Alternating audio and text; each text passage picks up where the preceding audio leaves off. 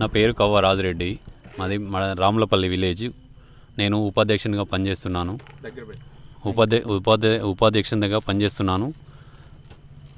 Sir, ఇప్పుడు మీ ప్రభుత్వం వచ్చి ఇప్పటి వరకు ఏమేమి కార్యక్రమాలు నడుస్తున్నాయి? ఇక్కడ ప్రజలకు మీరు ఏం చేశారు మీ ప్రభుత్వం వచ్చినాక? మా ప్రభుత్వం వచ్చినాక ఇప్పటి వరకు సీసీ రోడ్ ఒక 5 లక్షలు వచ్చింది. ఇప్పుడు మా విలేజ్కి కాంపౌండ్ వాళ్ళకు 10 లక్షలు వచ్చింది.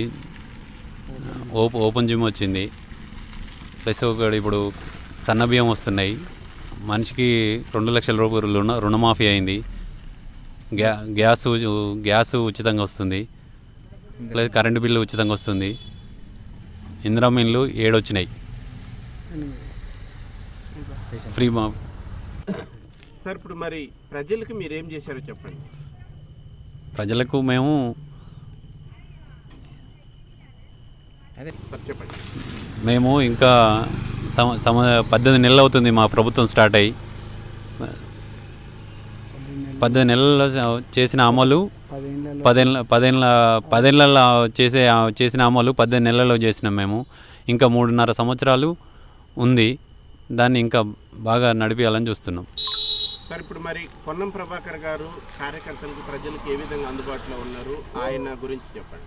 పొన్నం ప్రభాకర్ అన్న గారు కూడా మనకు ఎప్పుడు మనం ప్రజలలో ఉంటుండు.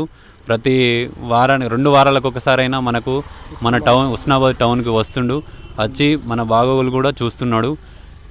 మళ్ళీ ప్రతి ఇంటిమేషన్ కూడా ఉంటుంది మనకు. మీకు ఏదైనా అడిగితే ఆయన కాదనుకోండి చేస్తున్నాడు. Okay sir, thank you. చెప్పండి. నా పేరు కమల్ హాసన్. నేను రాములపల్లి గ్రామశాఖ అధ్యక్షుల్ని. నేను కాంగ్రెస్ పార్టీలో గత 20 ఏళ్ళ నుంచి వెళ్ళి వర్క్ చేస్తున్నా. ఇక్కడ అభివృద్ధి వచ్చేసి ఇన్ని రోజులు 10 ఏళ్లలో చేయలేని టీఆర్ఎస్ ప్రభుత్వాన్ని మేము గత 18 ఏళ్లలో చాలా అభివృద్ధి చేసి చూపిస్తున్నాం. సర్పంచులనే ఎగరాలు చేస్తారు. కానీ సర్పంచులు లేకుండా చూస్తే ప్రతి విలేజ్కి అన్ని సీసీ రోడ్లు కానీ, మురికి డ్రైనేజ్ వ్యవస్థ కానీ, ఓపెన్ జిమ్ములు కానీ, గ్రామ పంచాయతీలు నూతనంగా ఏర్పడిన గ్రామ పంచాయతీలు మంజూరు కానీ, మరియు సన్నబియ్యం ఎన్నలేని విధంగా వేయలేని సన్నబియ్యాన్ని నిరుపేదలకు అందించడం జరుగుతుంది. మా విలేజ్కి వచ్చేసి 8 ఇండ్లు శాంక్షన్లు ఉన్నాయి. మాది చిన్న విలేజే అయినా చూత ఒక్క ఇల్లు కూడా మా గత 10 ఏళ్లలో ఒక్క ఇల్లు కూడా ఇవ్వలేదు. అట్లాంటిది ఈ 10 నెలలలోనే 8 ఇల్లు శాంక్షన్ ఇవ్వడం జరిగింది. ఇంకా 4 పెండింగ్లో ఉన్నాయి. అవి చూత నేను గ్రామశాఖ అధ్యక్షునిగా తీసుకొచ్చి ఇంకా నిరుపేదలు ఎవరు ఉంటారో వాళ్ళకి ఇవ్వడం జరుగుతుంది. ప్లస్ రేషన్ కార్డులు చూత ఇంతవరకు మా విలేజ్లో వచ్చేసి బయట ఒక్కొక్కళ్ళు 10 ఇయర్స్ 12 ఇయర్స్ 15 ఇయర్స్ పాప కానీ బాబు కానీ ఉన్నారు పెద్దగా. అయినా చూత వాళ్ళు యాడింగ్ చూత లేదు. కొత్త పెళ్లి చేసుకున్న వాళ్ళకు రేషన్ కార్డు ఇవ్వడం లేదు. వీళ్ళు ఎక్కడ అప్లై చేసుకున్న అయితే మీకు రేషన్ కార్డు లేదు, మీకు రేషన్ కార్డు లేని ఎట్లా అని చెప్పేసి అన్నదమ్ములకు అందరు ఒకదానిలోనే 20 మంది కానీ 10 మంది కానీ 5 కానీ ఒకటే కార్డులు ఉండి ఇట్లా మరీ ఇబ్బందులు ఉన్నాయి. అట్లాంటి దాన్ని పట్టించుకోకుండా నాశనం చేసింది బీఆర్ఎస్ ప్రభుత్వం. అట్లాంటిది అన్ని క్లియర్గా ఉండాలని చెప్పేసి ఇప్పుడు 2,40,000 కార్డులను ఈరోజు మా గౌరవనీయులు ముఖ్యమంత్రి గారు సహజంగా ఓపెన్ చేసిండు తుంగతుర్తిలో పెద్ద భారీ సభ పెట్టి. దీనికి మేము మంచిగా మెచ్చుకుంటాను మా గవర్నమెంట్. కాంగ్రెస్ ఫెయిల్ అయిపోయింది, ఇచ్చిన హామీలు అమలు చేయట్లేదు అని విమర్శిస్తుంది కదా. మరి కార్యకర్తగా గ్రామశాఖ అధ్యక్షులుగా దీని మీద మీ కామెంట్ ఏంటి? చెప్పండి. అది వచ్చేసి బీఆర్ఎస్ పాలనలో అన్ని అక్రమాలకు తావదీసింది. ప్రతి ఒక్క నోటిఫికేషన్ అయిన వేసుడు, ఉద్యోగ రిక్రూట్మెంట్ తీసుకోకపోవడం, అంతా స్కీమ్లతోనే ఆ గవర్నమెంట్ నడిచింది. మా పాలన వచ్చేసినాక మా ప్రభుత్వం వచ్చేసినాక వీళ్ళకు వాళ్ళను గౌరవించి మంచిగా వాళ్ళ అవైలబుల్ క్వాలిఫికేషన్ మంచిగా ఉందో వాళ్ళకు పట్టాలు అందించి మా రేవంత్ రెడ్డి గారు వాళ్ళని సాధారణంగా మంచిగా ఏవైనా జాబ్లకు వాళ్ళకి తీసుకోవడం జరిగింది. ప్లస్ వాళ్ళ స్కామ్లు అంటే ఈ గతంలో పాలనలలో గొర్రెల స్కామ్ కానీ వాళ్ళదే ఉంటుంది, భారీ నీటి ధర స్కామ్ వాళ్ళే ఉంటుంది. ప్రతి ఒక్క స్కామ్ ఏ విషయాలకు వచ్చినా చూత స్కామ్లతో నిండిపోయి వాళ్ళు పెరిగారు. కానీ పేదలు అనే వాళ్ళు అట్లనే ఉన్నారు.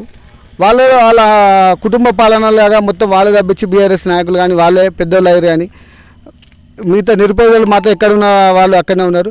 మా కాంగ్రెస్ పార్టీని విమర్శించేంత స్థాయి వాళ్ళది కాదు.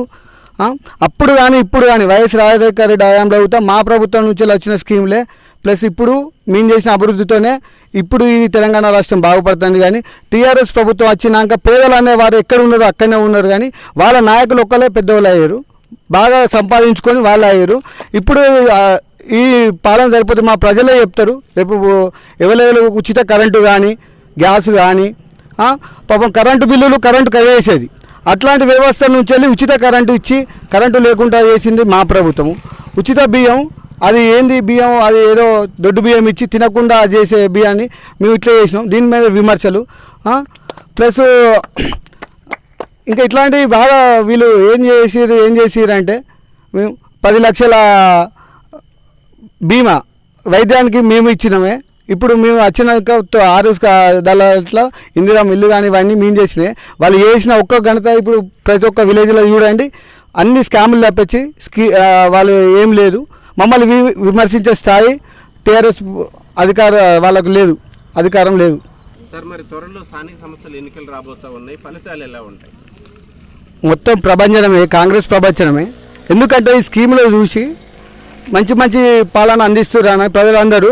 ప్రతి ఒక్క విలేజ్లో కాంగ్రెస్ జెండా ఎగరడమే ఖాయం. ఇది అందరి దృష్టికి వస్తుంది, అందరూ అదే అంటారు. ప్రతి నెక్స్ట్ ఎమ్మెల్యే రాని ఎమ్మెల్సీ రాని నెక్స్ట్ గత 10 ఏళ్ళ దాకా 15 ఏళ్ళ దాకా మా పాలననే కొనసాగుతుంది.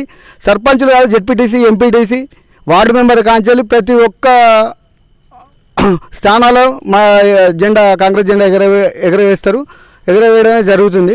ఇక్కడ దీనికి ఎందుకంటే మా పొన్నం ప్రభాకర్ అన్న గారు అభివృద్ధి ఇక్కడ మంత్రిగా ఉండి ప్రతి ఒక్క విలేజ్ని డెవలప్ చేస్తుంది కావచ్చు. ఖచ్చితంగా కాంగ్రెస్ జెండా స్థానిక ఎన్నికలలో జెండా ఎగరవేస్తుంది. మన స్థానిక ఎలక్షన్లలో కూడా మరి మా పార్టీ కాంగ్రెస్ పార్టీ తరపున అందరికీ అన్ని సీట్లు గెలుస్తాయి. గత ఎమ్మెల్యే అప్పుడు కూడా మనకు పని చేయనప్పుడు కూడా మన ప్రభాకర్ అన్న కూడా మంచి అందుబాటులో ఉంటుండు. కాబట్టి సర్పంచ్ ఎలక్షన్లు కానీ, స్థానిక ఎలక్షన్లు కానీ, ఎంపీటీసీలు కానీ, ఎంపీపీలు కానీ ఎవరైనా మన కాంగ్రెస్ పార్టీని స్థానికంగా ఉంచుకుంటాం. గెలుపు వచ్చే ఎలక్షన్లలో కూడా మన కాంగ్రెస్ పార్టీదే గెలుపు.